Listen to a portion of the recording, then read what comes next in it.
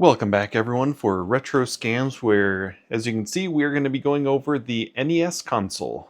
Now there are a lot of variants that you can have to NES cartridges, so we're going to cover some of those before we go into what's real and what's fake in front of you. So one of the common variants that you see with them, you see these two Excite bikes where they are both real games, but one has 5 screws on the back and one has 3 screws on the back. Just depending on when they were made, the ones with 3 screws will have these little plastic attachers on the top, and the one with 5 screws will not. And just like this game, there are different colors of cartridges you can have. There's the standard gray, but then you can have gold. There are some that are like a light blue. There are black ones. It can just be kind of all over the place for what color the cartridges are. Kind of like the infamous Wisdom Tree games where they're the black cartridges that are a weird shape. Some of the blue ones are a weird shape too, so just the styles of them can even be different. And then even the labels on the back can be completely different depending on when they were made. These are both Excite Bike, but the labels, you have Nintendo over there, you have Nintendo there. There's even extra stuff up there, and then with one like Mega Man 6, you have all sorts of text in there. And then when it comes to things like I Am 8-Bit and limited run games, they're actually still making some of these NES games. They're even re-releasing some, like Battletoads has re-releases where it's like a transparent green shell, and then you just have other different variants of colors of shells. But for the most part, from what I have seen, the fakes are all going to be this gray color shell. So the way we'll start this one is the fakes will be on this side, and the real ones on this side. So we will start with the labels on these. So the fake ones, the labels always seem to be based on the box art. So that's why this one has save up to $10 off Capcom game and other weird stuff like that. So it's definitely different than this one. Also part of the label, this label on the fake one keeps coming up. So we can do a back and forth comparison on the labels on these and everything, but the best advice I can give is go to a place like pricecharting.com and actually find the cartridge images if you're wanting to compare a label and see if it's correct with one that you have. The big things to look at are the seals, and then also kind of look where the edges of the pictures are, where this one they actually did pretty well keeping it on there. But on Final Fantasy you can see it's kind of squished in, there's more space on the sides than what there is over here. A lot of times they'll take the image from the box art and squish it down to try to fit it in here so it doesn't fit on the label correctly.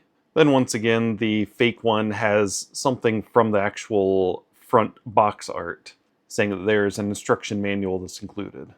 Or I guess Explorer's Handbook if I want to be more accurate about that. So with the labels, my best advice is to compare it with Price Charting or some other place like that where they will have pictures of the actual labels. So then we'll check out the back labels next.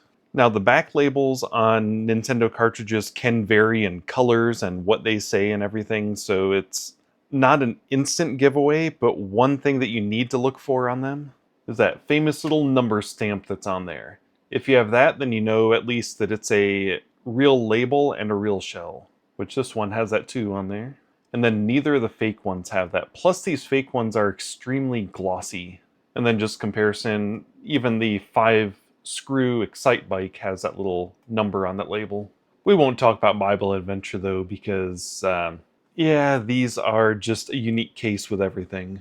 Might actually make a video about Wisdom Tree games on its own. So in looking at the shells on these, they're actually, like the fake ones are actually pretty decent. These little grips on the side are less defined on the 2 fake ones. But even Nintendo on the back is done correctly. Where on a lot of other systems they have like an oval or a circle above the eye. Oh, which I didn't notice before, but right there on the fake label, it has that little oval over the eye.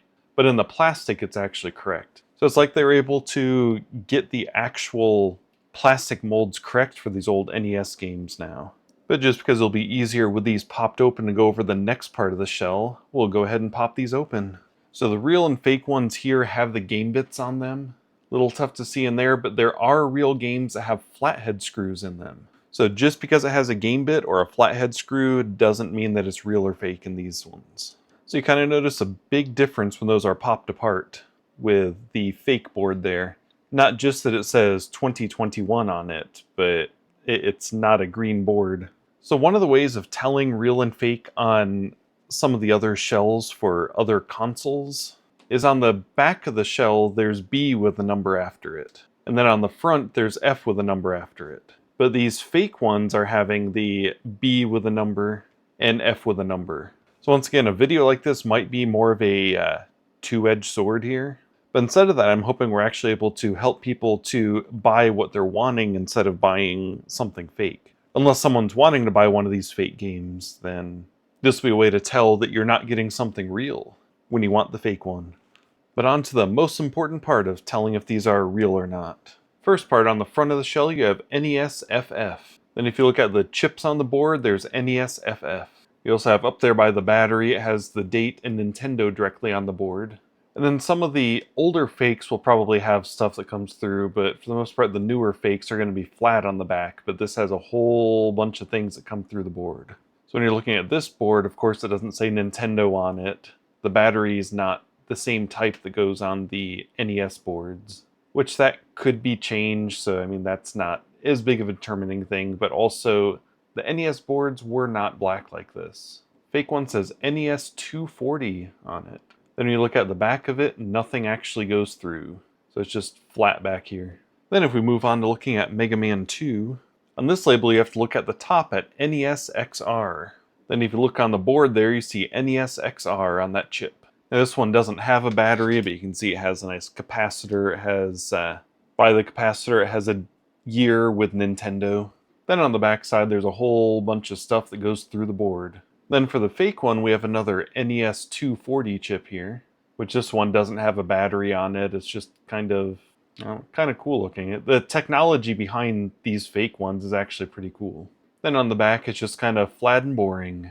So anytime you are going to buy an NES game, since it looks like the counterfeiters are actually getting better and giving higher quality products, then make sure to bring the tools with you to be able to take it apart. So we have the tool for the game bit or line head screw, whatever you want to call it. Then also bring like a flathead screwdriver just in case. There's some nice little kits you can get that would actually include both of those in them. Because if you're getting a big ticket item, then the person selling it should understand that you want to take a look at the board. If you're not dishing out a whole bunch of money on it, then make sure it has that little number stamp on the back. And then also compare the label with something like pricecharting.com. But with seeing how good these counterfeits are, I'd recommend if you're putting in a bunch of money for something for your collection, then do not purchase it unless you can actually take a look at the board. Now, if you have other ways that you can tell if they are real or fake, then please share those in the comments. And also I cover this in other videos having to do with this topic, but this is just kind of a reminder. Just because someone has a fake doesn't mean that they are trying to maliciously sell it to you. There's a chance they may have received it thinking it was real and they're just passing it on because they thought it was real because it played fine and everything for them. Which leads us into our next thing. We are going to test these out and see what they're like. We're starting with a real Mega Man 2. This game's always so much fun. Then we have the fake Mega Man 2 next. It's like everything's loading up the same in there.